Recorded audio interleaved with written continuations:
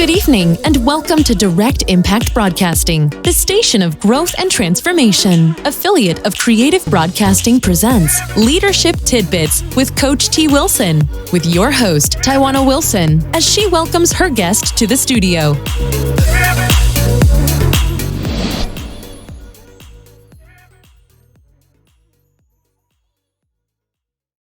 Welcome to Leadership Tidbits with Coach T. Wilson.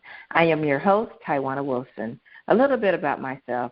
I am your award-winning leadership maven, medical laboratory sciences by background, best-selling author, founder and CEO of Trendy Elite Coaching and Consulting Services, executive director with the John Maxwell team, and Maxwell DIS certified consultant. Before we bring on my special guest, I want to share a few announcements. I am booking guests for this podcast through the remainder of 2020. So if you have a leadership message that you want to share, you can go on to directimpactbroadcasting.com to submit your interest. Once you're on the page, you will find a link up under the contact link that says Leadership Tidbits with Coach T. Wilson Guest. We have a few new podcasts on the network, one of them called SOS for Leaders, offering you practical strategies that you can use in both your personal and professional life, as well as elaborate topics. Podcast is catered towards medical laboratory professionals, offering them leadership and technical tidbits that they can use both inside and outside of the lab. It's not too late to get your personalized leadership assessment. All of them are on sale at trendyelitellc.com. Today's special guest, Miss Erica Fulton. Erica is a native of Houston, Texas. She has over 14 years' experience working with youth and adolescents. She is a member of the Professional Women's Group and a member of the Texas LPC Intern Association. She graduated with a dual degree in 2016 from Houston Graduate School of Theology and holds a Master of Arts in Counseling in preparation for the LPC LMFT licensure and her Master of Divinity. Erica graduated magna cum laude with both masters with a 3.87 GPA. Her husband died almost 12 years ago, and while she was working on her undergraduate degree in theology. She eventually started working a part-time job to finish up her degree, even through this painful loss. While at the University of St. Thomas, she was a student leader, and on campus, she made the dean's list twice. Her faith has given her the strength to withstand the storms of her life. She is an intercessor and a preacher. Erica graduated from UST in 2012. When she reflects on her grief journey, she is not bitter but grateful. This experience laid her groundwork for her to become a wounded healer and touch the lives of others. Erica is bilingual and on the board of directors for GettingSorted.com. She is also one of the co-authors of the collaboration book, Empower. For more information, you can visit Erica at her website at www.thecalmcorner.org. Good evening, Miss Erica Fulton. How are you doing? I am blessed. Awesome. Well, it is so great to have you on this evening and talk to you about your leadership journey and hear the interesting tidbits that you have to share with the listeners. So let's go ahead and jump right in. Yes. Can you share with the listeners a little bit about your leadership journey and how did you get to where you are today? My leadership journey started while I was at the University of St. Thomas. For me, that is where my cultivation came in of being a leader. I was the secretary of the Cairo Theology Club. I was a COC representative, the Council of Clubs. They had a meeting like once a month. And so basically I represented our organization. So it really taught me how to multitask, I was also a student, so it was juggling my student responsibilities, my extracurricular activities. But one of the things it taught me was that in the midst of going through any sort of trial, to reframe it and use it as an opportunity to develop a growth mindset. And so being involved as a leader while I was in the midst of a grief journey, it helps me to cultivate my resilience and my tenacity, because when you are a leader, even when tragedy occurs, you have to have the ability to be able to push through and press through and complete the task at hand. It doesn't mean you don't acknowledge what you're going through, but I just believe that helped to just cultivate the resiliency and the resourcefulness, which is one of the strengths I have today. And so that's one of the ways I believe my leadership was cultivated. It's been cultivated in my home church under my pastor, Troy Johnson, in terms of doing the youth ministry. It's me and another lady, but he never once tried to micromanage. He said, this is you all's area of expertise, so you all make the executive decisions, and you both co-share the responsibilities. And that just further fueled and developed my leadership skills, my ability to be a team member, and I believe my ability to collaborate. Awesome. Yeah, when you are active in the church, it definitely gives you opportunity to hone in on those leadership skills and to work with our youth and to inspire and empower them. And you're right, I like what you said about having the ability to push through and press through during those times of trials and leading. And that's kind of what we're seeing now. We are in a trial, and there's, the negativity that's going on and the fallout with the pandemic and the crisis and all of that. But having that ability to be resilient during a time of chaos and trial is very important for leaders. Very important. Leaders come from all different backgrounds with different experience and different skill sets and strengths. So what do you feel has been beneficial for you to be able to thrive as a leader and open up doors for you to be successful? I think one of the strengths for me that has been a blessing God has gifted me with is resourcefulness. In my own personal life, I have had to learn how to be very resourceful, and that has translated into helping me to learn how to think outside of the box. And I will go back to the youth ministry which is in my home church, that very much a part of it. It has taught me to be able to work with the resources we had. And one of the things my pastor always talked about is learning how to be grateful. Be grateful even when it appears as if you have limited resources, because that is an opportunity to really discover just how creative you can be. And again, I just kind of segue just a tad bit into an experience I had in my personal life, which actually helped to catapult me in a way into even the profession I'm in now. Being a member of the professional women's group is with Dress for Success, I was looking for a way to be able to obtain my licensure, and I was just getting ready to be done with my residency, and I was steady looking for work, and I had been dealing with injuries and illness that started to hit me. But I go back to that resourcefulness, because what ended up happening was I was able to obtain a scholarship, which I in turn used to be able to pay for all of the costs associated with my exams for both my NCE and my what they call my LCDC exam. And so, I passed those on the first try, thank God.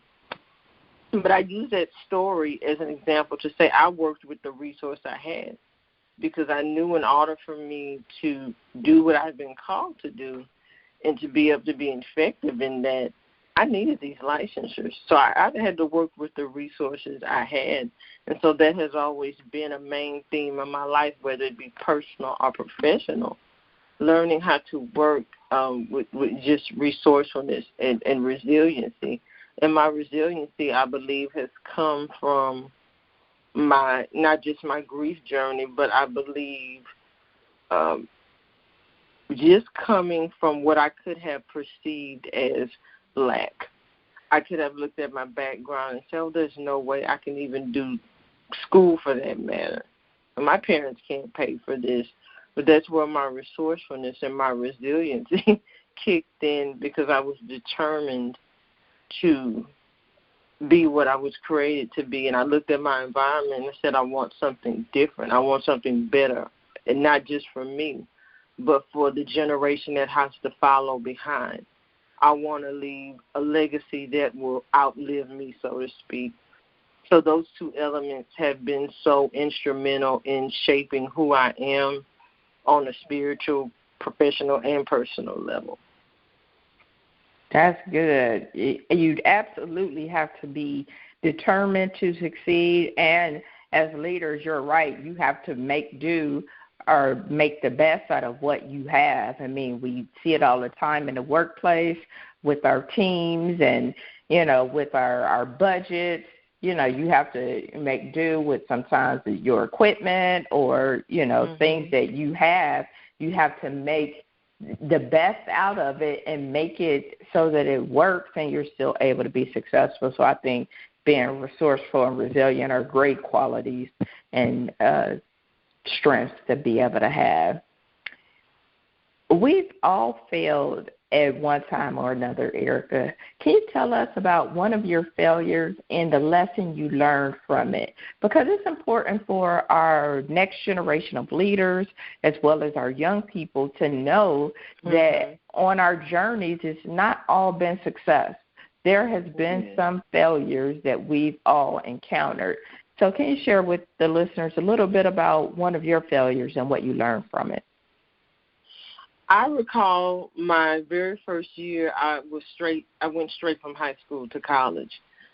And part of my problem was I went to college, but my mentality didn't shift.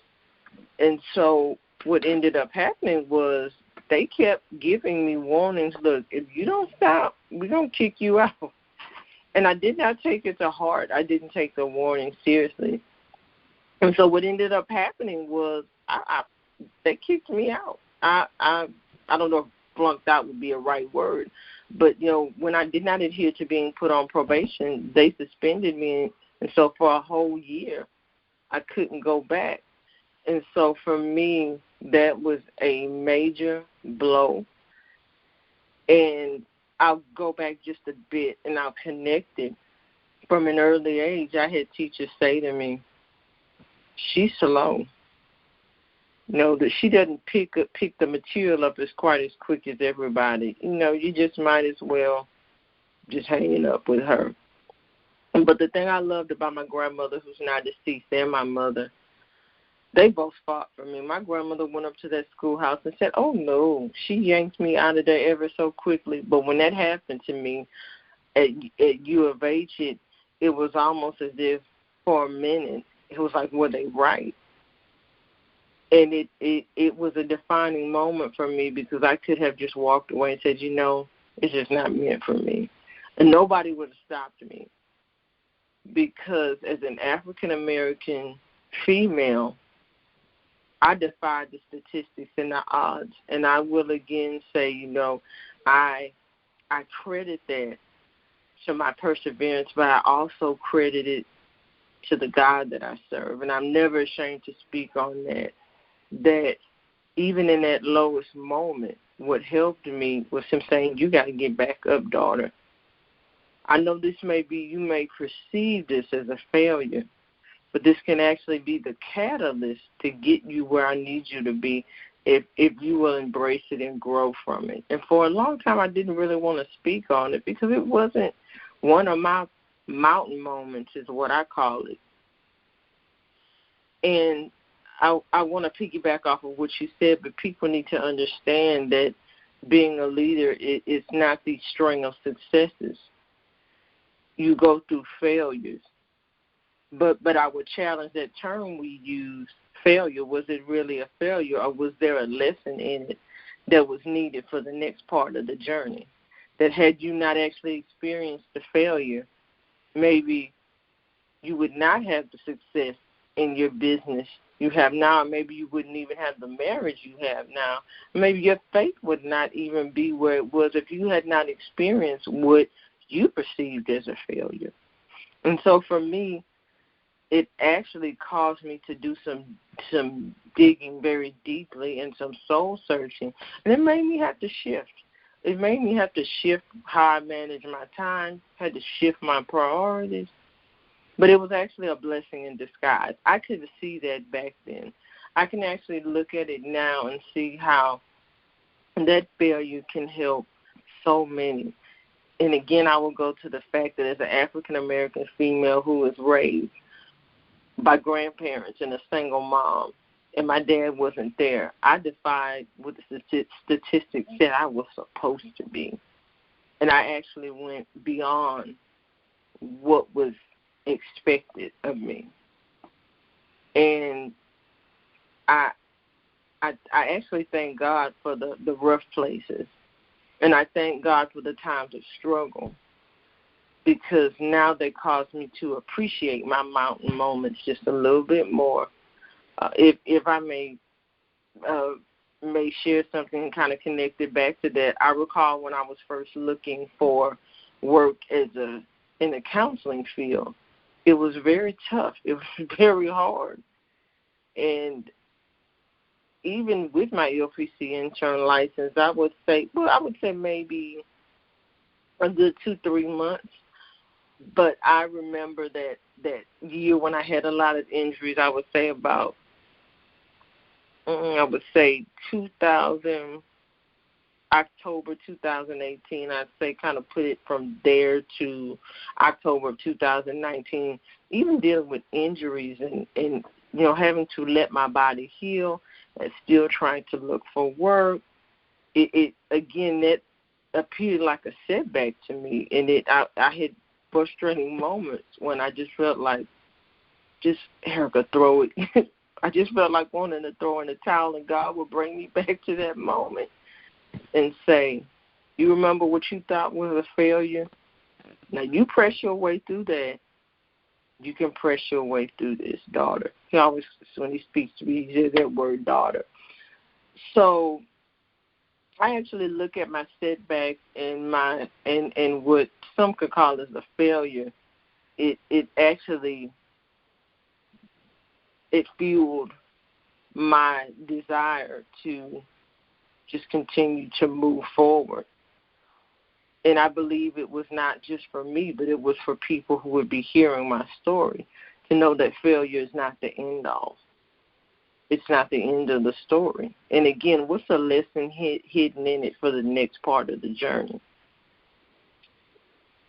Absolutely, absolutely. I love that. A failure can be your catalyst that you need to use it so that you can grow and help you move forward to the next part of the journey. That's good. Mm-hmm. So what has success taught you? So we talked a little bit about those learning lessons of failures or some mistakes, but what has success taught you?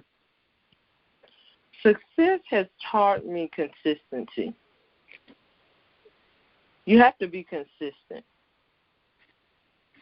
I recall when I first started with the calmcorner.org, the Calm Corner, I remember writing blogs many days and not really knowing if people were reading, if people even cared. And just yesterday, I connected with someone via LinkedIn. And so she said, well, I read some of your publications, and she said, I just added your website to our list of grief recovery resources. And for some people, they would say, oh, this is not a big deal. For me, that was a major deal. that was so huge for me because I can recall a year and a half ago just having to be consistent. My sweet sister said to me, you have to be consistent. You have to put those blogs out, every single week, even if you may feel as if no one is, listening. And so success has taught me consistency. Success has also taught me about the importance of self-care, because you cannot pour from an empty cup. You can't hold space for anybody else if you do not allow someone, or some people use the word higher power. I say if I don't allow God to hold space for me. So success has taught me consistency. You have to have self-care, because without self-care, you cannot sustain the success. The other thing success has actually taught me is to not make success the core of my identity. Because if you do that, then I do not want to say you necessarily set yourself up for failure, but if you make success just the core of who you are, then when setbacks do occur, you will find yourself questioning your own ability. So I've had to learn to actually not put my identity in my successes. My identity goes beyond that. It is because of who I am and God that actually provides the strength I need that causes me to be successful. And then everyone has different definitions of successful. What I call success for me is being and doing at the end of the day what I was created to do. Some people define success by big houses, cars, and that's a part of it. But if that's your total basis of it, there are a lot of people who have houses, cars, and $10 million, and they are miserable. So that can't be the end all of success. I believe it has to be something deeper. I believe it has to be beyond the tangible, what we can see. So I have had to learn within the context of my faith to redefine success, and that actually helps me to stay in the realm of success. Even when failure occurs, I still have to remember I'm not what is happening to me. Because, again, if I make success just a total core of who I am, then when any setback comes, any failure, then I will forever be tossed and turned by every wave.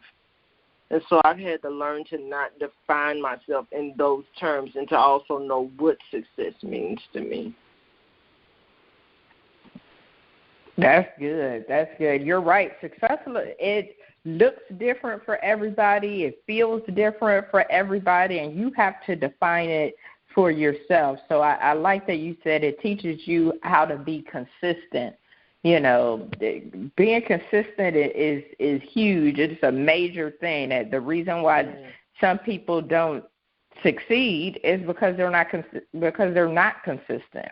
Or they don't go to the next level or move into a position they've been trying to get, or whatever the case may be, is because they've not been consistent in what it takes to get there, whether that's with their education, whether that's networking and meeting new people, whether that's getting involved, or whatever the case may be. So I like that you said that success is not just about what you see, the tangible house, car, that kind of thing. As we know, Erica, growth is intentional. So what do you do for your own professional and personal growth? Like, what books do you like to read? What do you do to keep yourself growing? Well, there's a book I'm currently reading, and this is a therapist in me. There's this thing called bibliotherapy, which is sometimes you assign your clients to read a book. And so a good book I would recommend for any leader is Hind's Feet on High Places. That's actually my current read. It has been very therapeutic. it has caused me to do self-examination.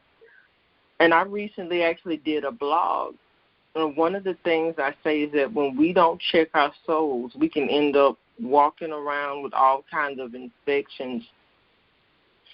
And when I thought of this initially, I thought of it in the natural. And I'm going to be quick with this illustration.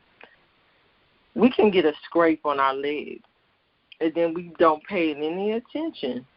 And then 3 months later, say 4 months later, for some reason we have to go to the doctor. And the doctor's like, what happened? And you go, well, what do you mean? Well, we don't know what happened, but now you have an infection. And you say, infection? And at first you say, well, I don't know how that could have happened. And then you say, wait a minute. 2 months ago, 3 months ago, I got a scratch. I didn't treat it. I didn't tend to the wound. And now the wound has turned into an infection. And I say that one of the ways I have to be intentional with my self-care, that's what I call it, self-care, which helps me to grow, is examining myself, reading books like Hind's Feet on High Places, Spirituality and the Awakening Self are two of my current reads, and I would recommend those books to anyone. Spirituality and the Awakening Self is by David G. Benner. That's one. I do not remember the author of Hind's Feet on High Places off the top of my head, but if you Google the title, the author should pop up. But Hind's Feet on High Places, to just make it brief, is about this character of Much Afraid, and she lives in the Valley of Humiliation. She wants to go to the high places. Shepherd wants to take her there, and most of why she says she can't go is not necessarily what people say, it's self-perception. So reading that book has had to make me say, Erica, how do you see yourself? Do you see yourself within the context of your faith? Or are you seeing yourself by the opinion of other people?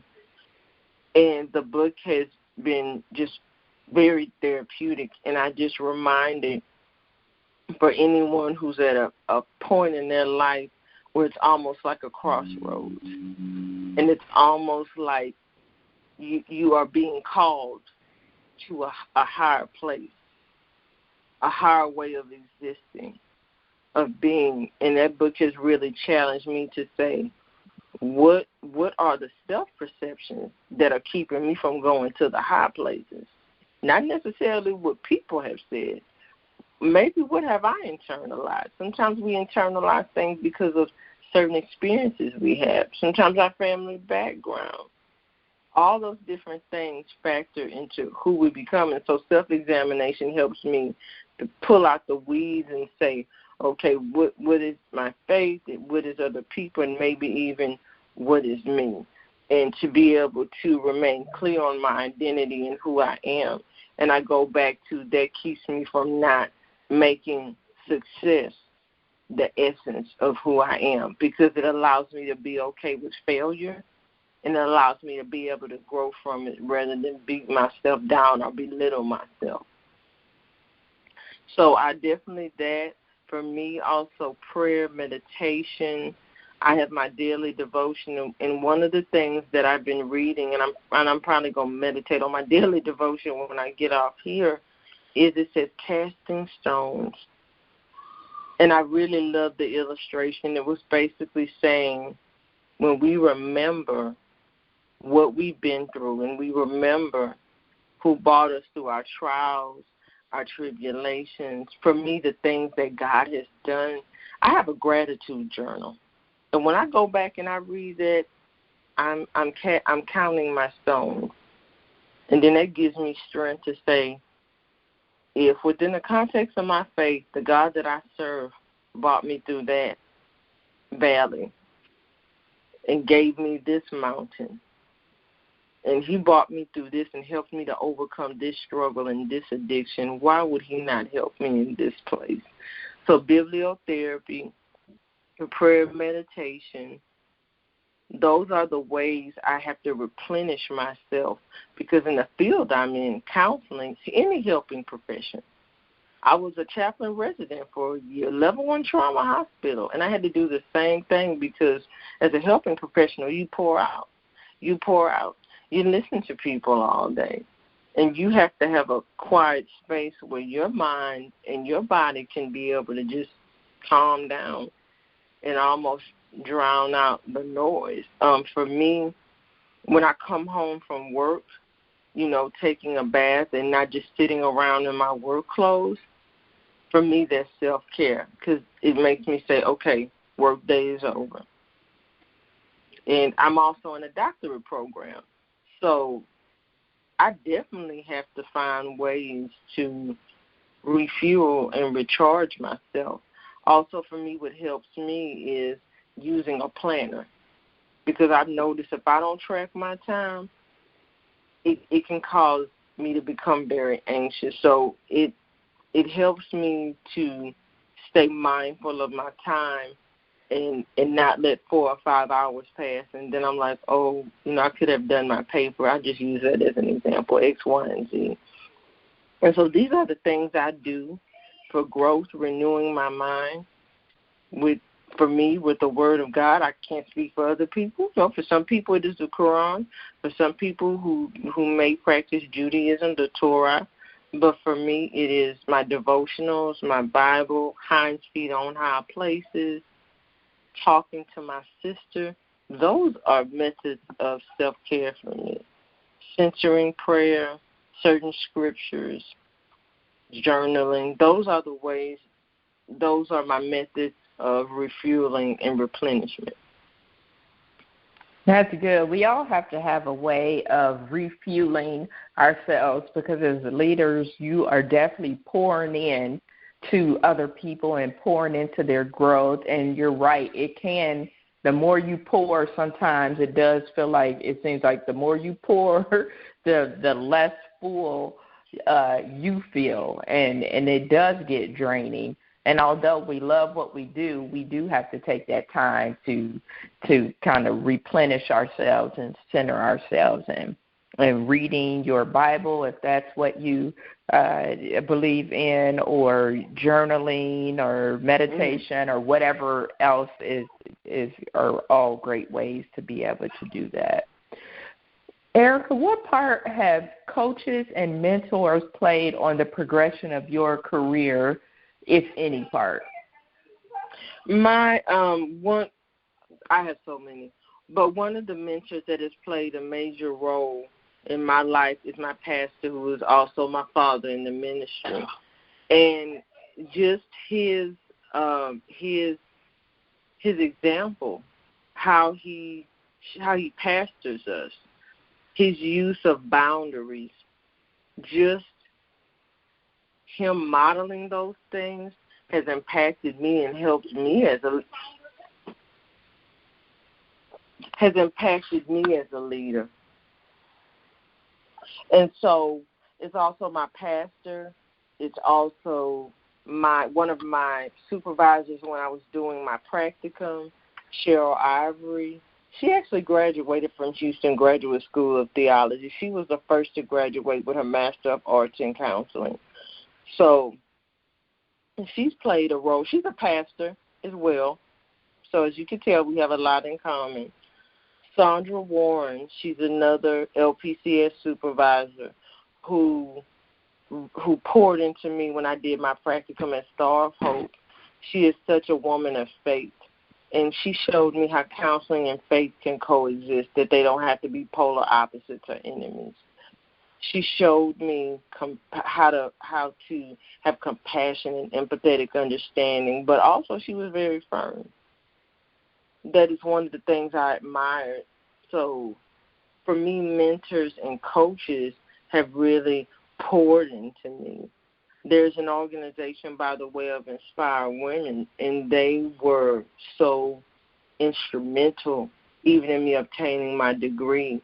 They are another form of spiritual replenishment. Their inner circles, that's another thing I do for self-care, but they poured into me monetarily. And for that I'm just so thankful. So and even my theological foundation, because when I was doing my residency, they asked us, who has come to shape your theological understanding.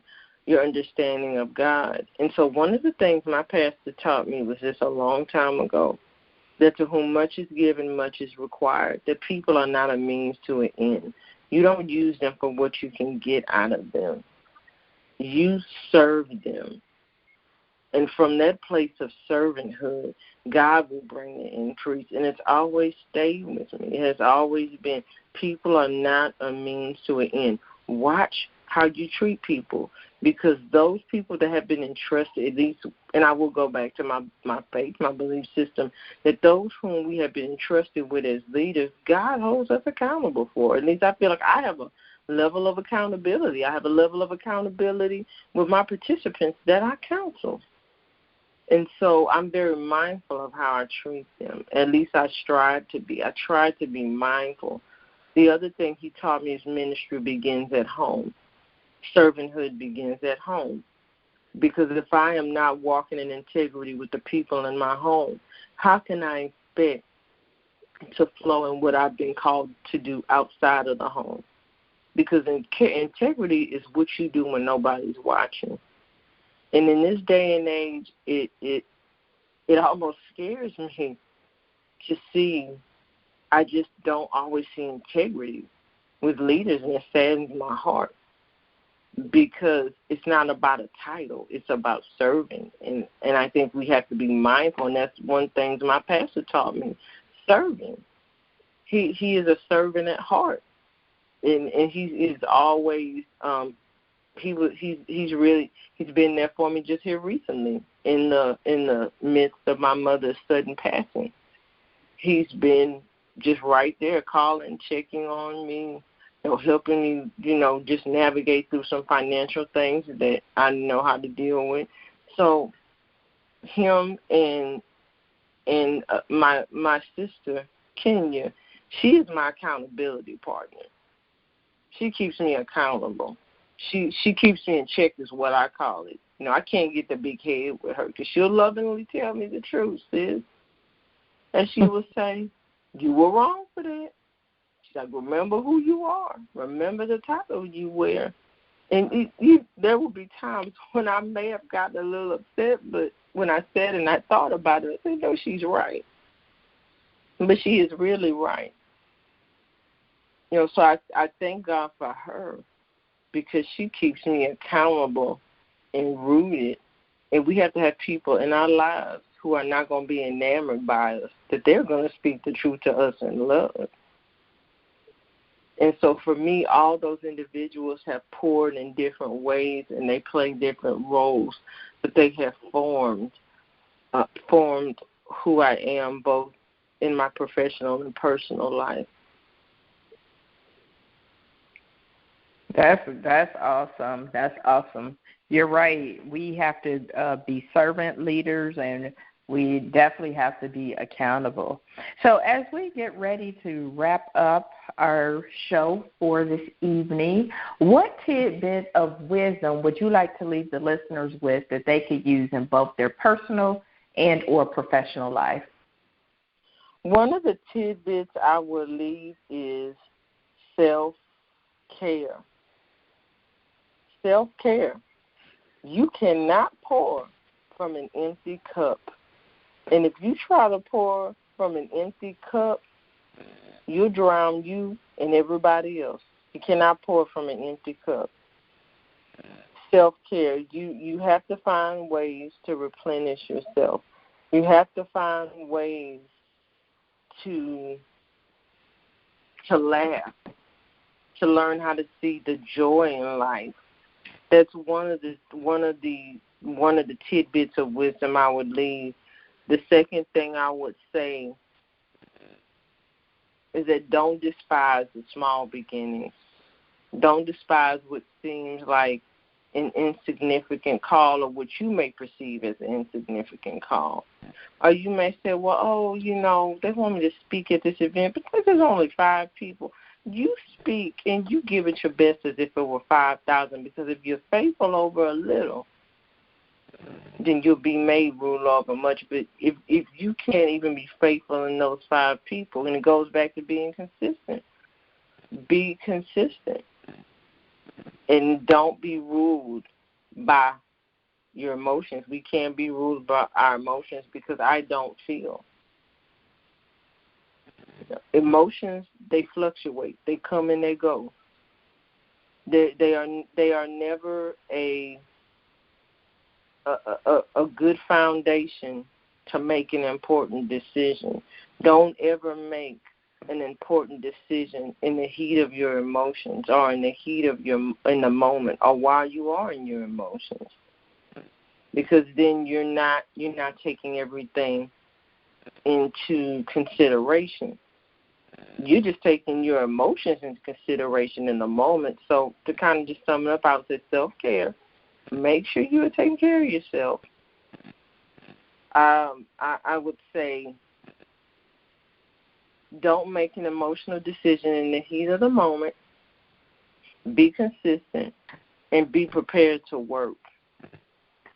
Be prepared to work. You may have to work some long hours at first. You may have to work a job that you don't really like.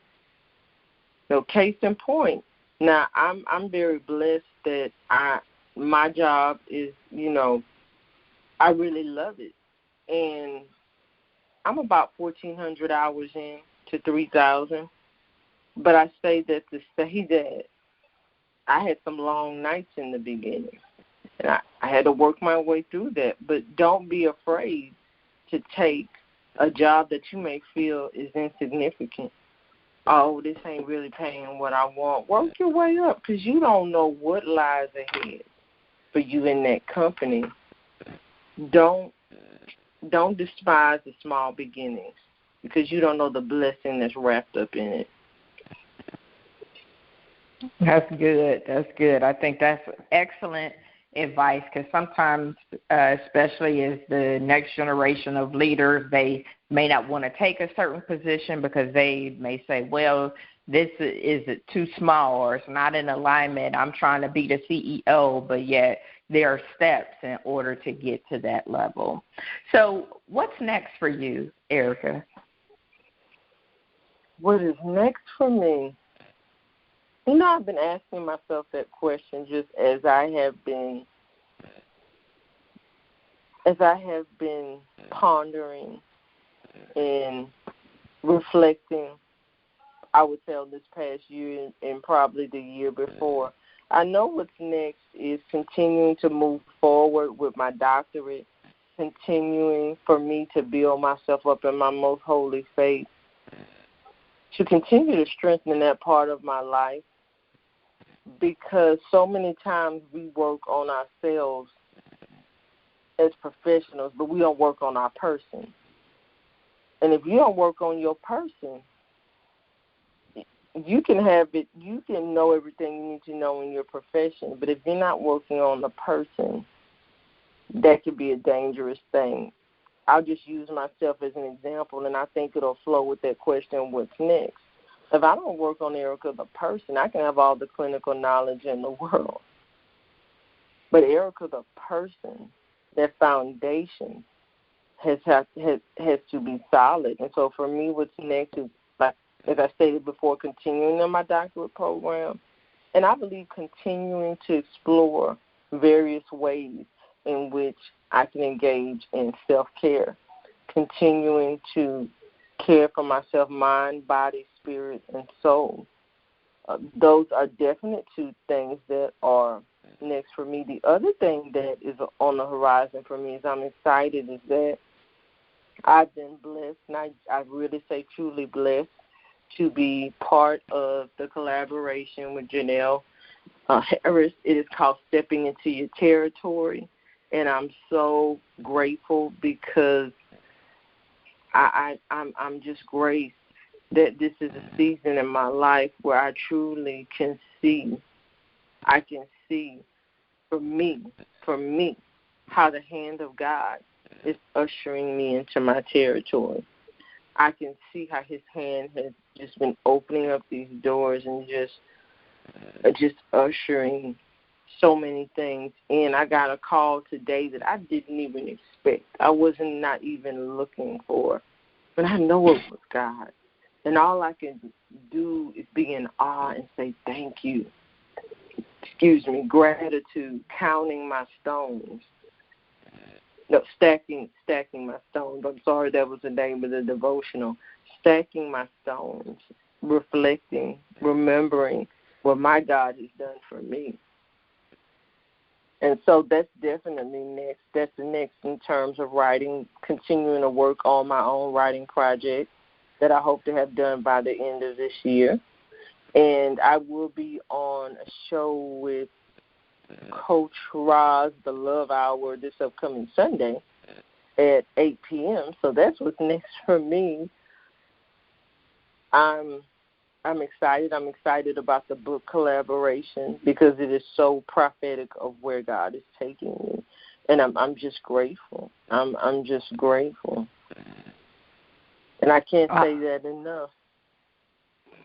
That's awesome. It sounds like you have some awesome things in store for your next with school and your collaboration project. So best wishes and stuff for you. That's awesome news. So how can the listeners stay connected with you and continue to follow you on your journey? Yes, they can go. I have an Instagram, author Erica Fulton. I also have my website, thecalmcorner.org. If anyone wants to purchase a copy of Empower, I have Cash App. I also have an online store, payhip.com/Erica Denise Fulton. And also I have my email, which is thecalmcorner.org@outlook.com if people want to get in contact with me for speaking engagements, those type of events, any Zoom meetings. Those are the different mediums through which they can contact me. Awesome. Well, our time tonight is coming to a close. I want to thank you so much for joining the show and taking the time out to give me the opportunity to interview you tonight. It was definitely an honor and a pleasure to learn about you and your journey, and many blessings and continued success on your journey ahead, Miss Erica Fulton. Thank you. Thank you, listener audience, for tuning in to tonight's show with my special guest, Erica Fulton, where she shared with us that you have to have the ability to push through and press through. Being resourceful and able to work with what you have. You have to be determined to succeed and also think about leaving a legacy, not just for you, but for the other leaders coming behind. A failure can be a catalyst that you can use to help you grow and help you move to the next level. Success teaches us to be consistent. We have to be consistent. It also teaches us the importance of self-care, and we don't want to make success about the core of our identities. Evaluate how you see yourself. And you have to replenish. You cannot pour and continue to develop others and instill in others and empower others if you're pouring from an empty cup. Be prepared to do the work. And don't make decisions when you are emotional. So if you like what you heard tonight and want to listen to previous shows or even other shows that we have on the network, please subscribe at directimpactbroadcasting.com. If you are thinking about starting your own podcast, I would love, love, love to have your show on our network.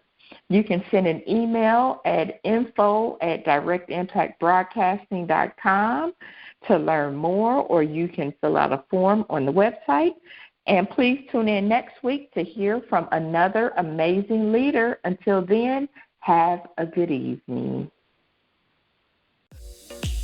Thank you, friends, for tuning in to another episode of Leadership Tidbits with Coach T. Wilson, where Taiwana speaks with leaders who share nuggets of wisdom that you can use in your personal and professional life. Follow her on Facebook, Instagram, and Twitter at Coach T. Wilson. Connect on LinkedIn or visit www.coachtwilson.com. And remember, in life, learn as much as you can, appreciate often, and lead fearlessly.